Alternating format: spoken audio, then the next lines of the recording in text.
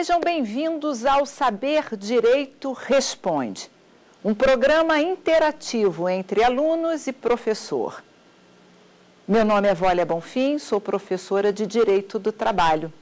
E nós temos 4 alunos, 2 presenciais e 2 internautas, 3 deles de Direito. E a Manuela, aluna de Economia. Por que uma aluna de Economia num curso de Direito? Porque as matérias são interdisciplinares. É importante perceber que o direito repercute na administração, na economia, no RH, os custos de uma empresa, a sobrevivência de uma empresa e até o mercado de trabalho são fatores econômicos. Isso também é importante para as outras áreas além da área do direito. Para iniciar, nós vamos começar com o Marcelo, aluno de Direito aqui de Brasília. Marcelo, vamos à sua pergunta. Professora, em que ponto a reforma trabalhista modifica os princípios do direito do trabalho? Nossa, Marcelo, que pergunta complexa. Realmente, a reforma trabalhista, que é a Lei 13.467 de 2017, que entrou em vigor agora, dia 11 de novembro de 2017, ela impacta nos princípios de direito do trabalho. Para a gente compreender melhor, o direito do trabalho, ele rege uma relação entre empregador e empregado.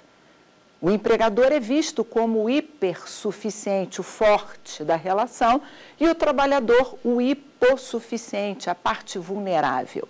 É exatamente por conta dessa desigualdade econômica e jurídica existente entre esses contratantes que há princípios de direito do trabalho, princípios peculiares e específicos que visam igualar essas duas partes do contrato. Um dos princípios mais importantes é o princípio da proteção ao trabalhador, que se subdivide em 3 outros princípios. Princípio da prevalência da norma mais favorável, da prevalência da condição mais favorável e o princípio indúbio pro mísero. Além disso, nós temos princípios de direito do trabalho que também se aplicam a outros ramos do direito, como o princípio da prevalência da realidade sobre a forma, como o princípio da estabilidade, da segurança, da previsibilidade. A gente percebe, Marcelo, que a sua pergunta realmente tem um impacto enorme. A reforma trabalhista trouxe imprevisibilidade para alguns trabalhadores, precariedade para alguns trabalhadores. Em alguns casos, como o do autônomo, a impressão que dá é que a formalidade prevalece sobre a realidade. O trabalhador intermitente fica numa relação absolutamente precária, em que você não sabe quando vai trabalhar, o que vai ganhar, é uma relação flexível. Nós temos hoje, com a reforma trabalhista, a prevalência da norma menos favorável ao trabalhador quando foi alterado o artigo 620 da CLT. O artigo 620 trata da prevalência do acordo coletivo sobre a convenção coletiva. Ora, se o acordo coletivo for menos favorável ao trabalhador, ele vai estar acima e vai revogar a convenção. Viola o princípio. Então, aqui eu já dei alguns exemplos. A regra do autônomo, aparentemente, viola o princípio da primazia da realidade, em que, se ele é empregado de verdade, não poderia uma formalidade afastar um contrato. Temos o trabalhador intermitente, em que não há previsibilidade, não há segurança jurídica, não há garantias. Temos o princípio da prevalência da norma menos favorável. Temos a terceirização ampliada pela Lei 13.429. Isto é, de fato, aquele direito que era muito inclinado a favor do trabalhador, hoje é um direito que está voltando a patamares parecidos com o do direito civil, em que há igualdade entre os contratantes. Ainda há a tendência de proteção ao trabalhador. Esse ainda não foi revogado, mas muito mais flexibilizado esse princípio. Vamos agora a uma pergunta de um internauta. Vamos ver a pergunta. Olá, eu me chamo Marília Pioli Storck, sou aluna do 9º período da FDV, Faculdade de Direito de Vitória, e moro em Vitória. Bom, gostaria de saber se com a nova redação trazida pela reforma trabalhista, mesmo os prêmios concedidos anteriores à reforma também perderam a natureza salarial. Marília, de fato, o artigo 457, parágrafo 4º, foi acrescido com a reforma trabalhista e trata dos prêmios. E o parágrafo 2º do mesmo artigo 457 da CLT claramente diz que, mesmo que habituais, os prêmios não têm natureza salarial. A sua pergunta é como era antes e como ficou depois da reforma. Antes da reforma, o verdadeiro prêmio equivalia a um presente. Podia ser um bem, isso é, o patrão dá um carro, uma viagem. Podia ser um serviço, eu pago um curso para o meu empregado. E podia ser em dinheiro, eu vou te dar R$5.000 de prêmio. Mas isso era eventual. Exatamente em virtude da eventualidade não tinha natureza salarial. Então, nesse ponto não há novidade. Os prêmios não tinham e continuam não tendo natureza salarial. Mas há um detalhe. Está escrito no parágrafo 2º do artigo 457 que, mesmo que habituais, eles não têm natureza salarial. E lá no parágrafo 4º do mesmo artigo 457 diz: os prêmios podem ser pagos por liberalidade do patrão em bens, serviços ou dinheiro e só visam remunerar o trabalho extraordinário. Ora, pelo menos, não sei se vocês perceberam, eu entendi dessa forma, se o prêmio visa remunerar algo extraordinário, é porque não é ordinário. O que não é ordinário é o que não é comum. Portanto, ele visa remunerar o que é incomum. Gente, o que é incomum é aquilo que é raro, que poucas vezes repete. Não parece que o parágrafo 4º está em contradição com o 2º? Porque o parágrafo 2º diz, ainda que habituais, não integram. Enquanto o parágrafo 4º diz, prêmio visa remunerar um desempenho acima do ordinariamente esperado pelo empregado. Ora, acima do ordinário é o extraordinário. Bom, se a gente analisar o prêmio como uma parcela eventual, extraordinária, não mudou nada antes e depois. E aí, Marília, respondendo a sua pergunta, não mudou nada, nem antes nem depois. Mas se a gente for analisar sob a interpretação do parágrafo 2º, de fato mudou tudo. Antes os prêmios tinham natureza salarial e agora não tem mais. Manuela, vamos à sua pergunta. Bom, professora, a contratação dos autônomos, ela beneficia financeiramente o contratante e o empregador. Com a reforma trabalhista, o empregado de contrato autônomo pode ter o contrato de continuidade com a empresa sem que isso caracterize vínculo empregatício. A minha pergunta é, se a mera formalidade de um contrato escrito de autônomo afasta o vínculo empregatício do trabalhador? Ótima pergunta, de economista mesmo, né? Já está formada aí no mercado de trabalho preocupado com os custos e com as fraudes.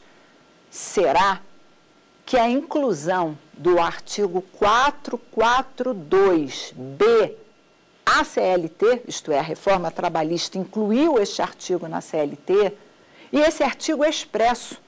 Ele diz, preenchidas as formalidades legais, o autônomo não é empregado. Ora, o que ele quis dizer preenchidas as formalidades legais? Será que a lei quis dizer que o mero preenchimento de um contrato escrito, se precisar de registro no CORE ou registro no órgão competente, isso teria o poder de afastar o vínculo de emprego? Agora o vínculo é renunciável? Bom, com certeza alguns vão interpretar desta forma, isto é, teremos jurisprudência, teremos decisões nesse sentido. Alguns juízes vão defender a tese de que a mera existência de um contrato escrito afasta o vínculo de emprego. Não é o meu entendimento. O vínculo de emprego é irrenunciável pelas partes. Tanto é verdade que o artigo 611B, inciso 1, que hoje, da CLT, que hoje diz que a norma coletiva pode alterar e, inclusive, revogar dispositivos de lei, diz, não pode a convenção coletiva e o acordo afastar a anotação da carteira de trabalho. O que quer dizer? Nem a norma coletiva, que hoje está acima hierarquicamente da lei ordinária, pode renunciar ao vínculo, quanto mais o empregado. Então, imaginemos um empregado que ganha um salário mínimo, vai ser considerado como autônomo, não é crível, ele não vai ter FGTS, não vai ter férias, não vai ter 13º, e a sua hipossuficiência. E aí você vai fazer aquela pergunta que não quer calar, mas, professor, o legislador não escreve palavras à toa. Como a senhora vai interpretar isso que está escrito? Está lá no 442B da CLT, preenchidas as formalidades legais, não há vínculo de emprego. A minha interpretação, e essas são as vantagens das ciências não exatas, isto é, que comportam diversas interpretações, é que esse dispositivo novo deve ser aplicado para aquelas situações em que há o que a gente chama de fog jurídico ou zona grise. Palavras difíceis, né? Eu vou traduzir. O que é o fog jurídico ou a zona grise? São aqueles trabalhadores que têm cara de empregado, mas têm cara de autônomo. Há vários trabalhadores que você não sabe se ele é um autônomo ou um empregado, porque ele tem características de empregados e características de autônomos. E você fica na dúvida, é capaz de um juiz dizer que ele é empregado, vai para a segunda instância diz que ele não é empregado. Isso é duvidosa a relação. São aqueles casos em que todos, o tomador, o juiz, o Ministério Público, o fiscal do trabalho, todos têm dúvida acerca daquela relação. Nestes casos que a gente chama de zona grise, isso é zona cinzenta, aquela zona que você não enxerga bem se ele é ou não é empregado, se ele é ou não é autônomo, é que sim, preenchidos os requisitos, a tendência de interpretação deverá ser pelo contrato autônomo.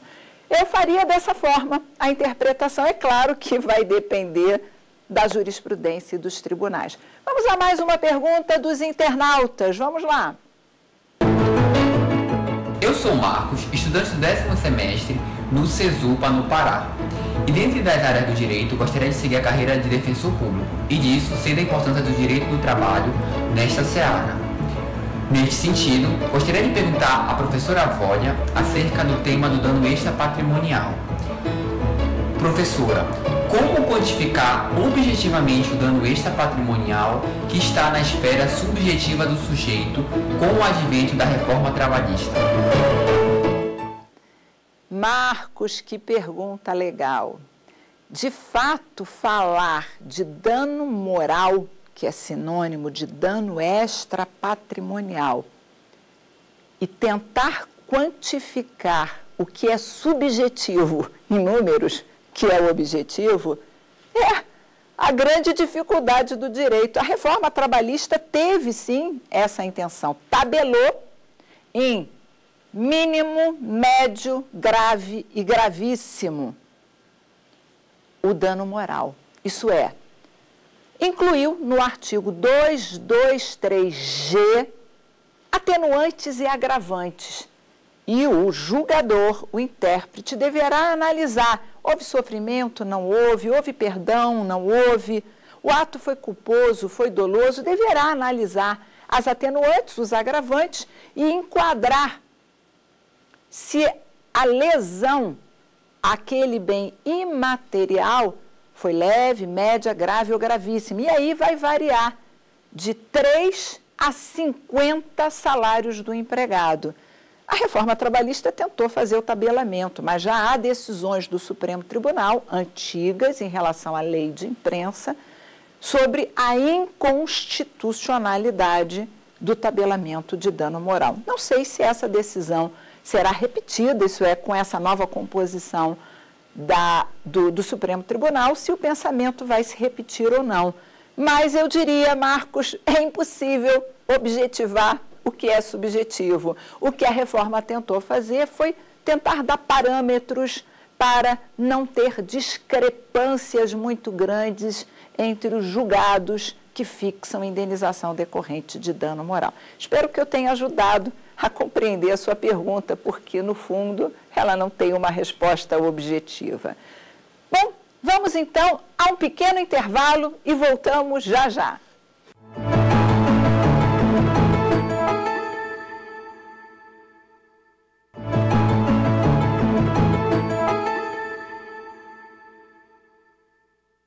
Estamos de volta com o Saber Direito Responde, esse programa em que há interação entre alunos e professores, esse programa em que a gente tem perguntas das mais variadas, não preparadas anteriormente, e que a gente consegue aprender com o aluno e ensinar para o aluno. Vamos voltar ao Marcelo, estudante de Direito. Sua próxima pergunta, Marcelo. Professora Voglia, o trabalho em home office não era reconhecido pela CLT. Então, em que medida pode haver uma sobrecarga do trabalhador ou até mesmo uma perda de direitos agora que ele está reconhecido por meio da reforma? Vamos lá, Marcelo. Na verdade, home office quer dizer trabalho em casa, que quer dizer trabalho à distância.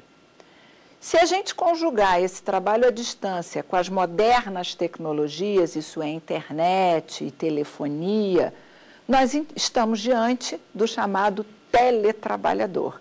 Então, o nome do home office, que trabalha com a internet ou a telemática, isso é telefonia ou tecnologia de informação, é teletrabalhador. Tele, à distância. Televisão, telefone, teletrabalhador, é o que executa serviços à distância.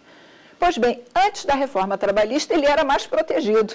Por incrível que pareça, antes da reforma não existia um título específico falando do teletrabalhador, nenhum conceito, cabia a doutrina, mas ele estava inserido no artigo 62.1 da CLT. E o artigo 62.1 diz: estão excluídos do capítulo da CLT os externos, desde que não controlados. Ora, gente, quem trabalhava na sua própria casa, portanto, fora do ambiente da empresa, e não era controlado, era na época de 1943, talvez até os idos dos anos 70 e 80, onde não havia tecnologia de controle. Então, eram as costureiras, né? As mães, né, compravam aquelas máquinas novas de costura, hoje nem se usa mais, e viraram as mães costureiras, aquelas pessoas que faziam vasinhos ou bibelôs para vender por peça para o empregador, né? Nós tínhamos vários casos desses. Ora, nós estamos no século XXI, onde a tecnologia está a todo vapor. Bom juntar, né? Vapor e tecnologia. Pois bem, logo nos dias atuais, em que é perfeitamente possível controlar a imagem, o número de toques, o número de acesso, a voz, inclusive o GPS diz por onde você está andando, se você se manteve em casa ou se você saiu ou se você está na rua. Pois logo este trabalhador, que é hoje um dos mais controlados, portanto, antes da reforma, eles não eram excluídos, agora, com a reforma, foi incluído o inciso 3 no mesmo artigo 62, simplesmente para dizer que os teletrabalhadores estão excluídos do capítulo da duração do trabalho. Quer saber o que é o capítulo? É muito grave. O capítulo da duração do trabalho exclui o trabalhador de hora extra, hora noturna, adicional de hora extra, adicional de hora noturna, intervalo intrajornada, intervalo entre jornada, descanso de digitação e de cartão de ponto. Por isso você me perguntou da sobrecarga, porque agora quem ganhou foi o patrão.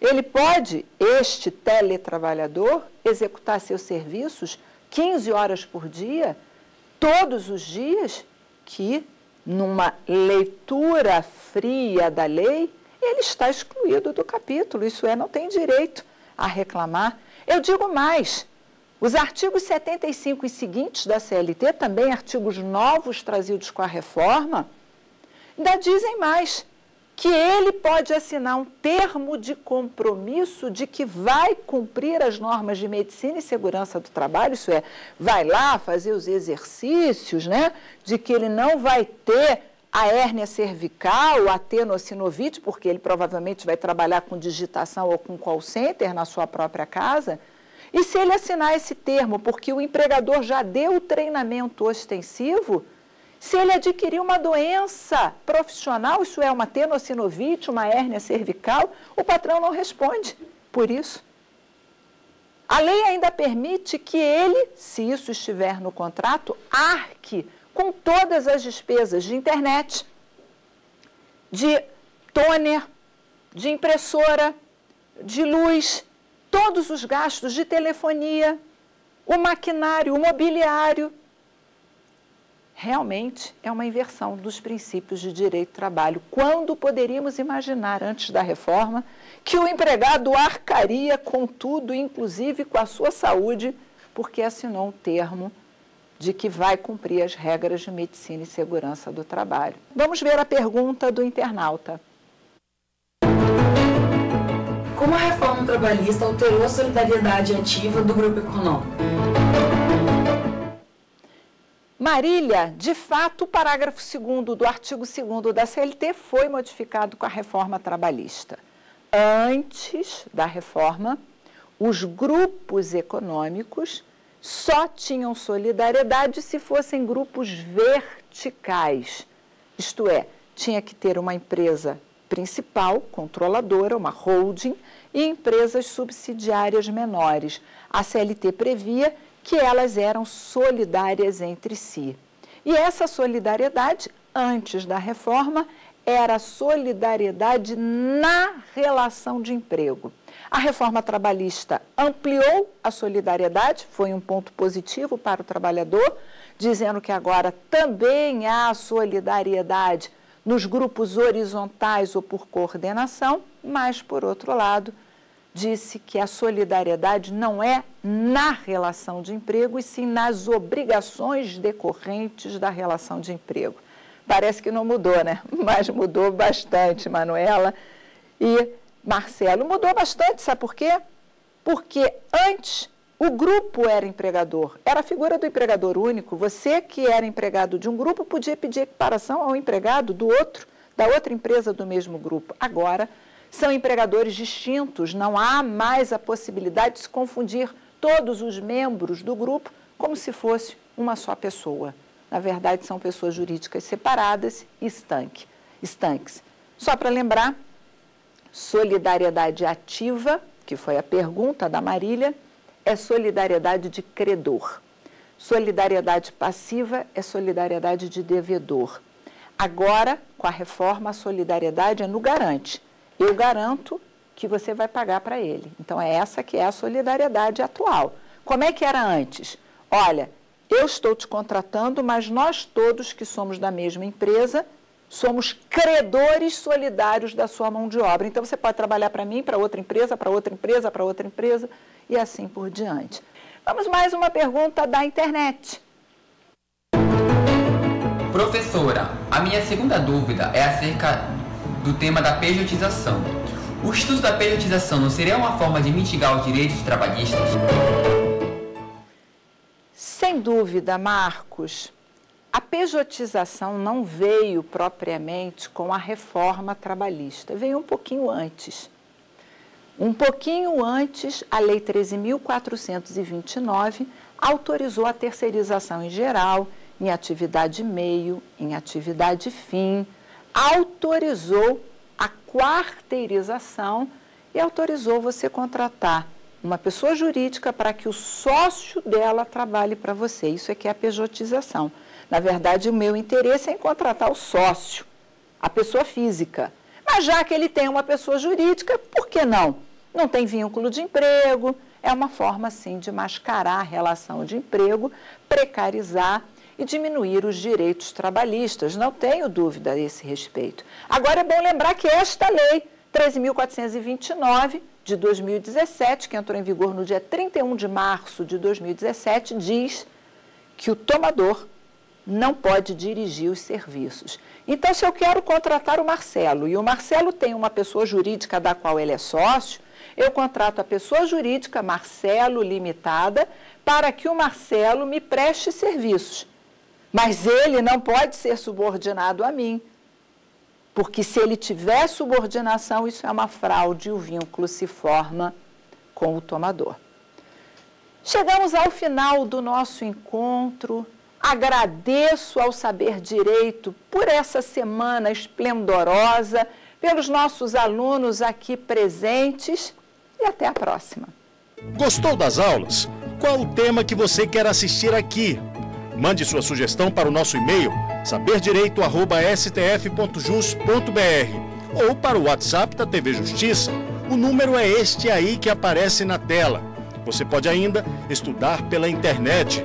É fácil, é só acessar tvjustiça.jus.br.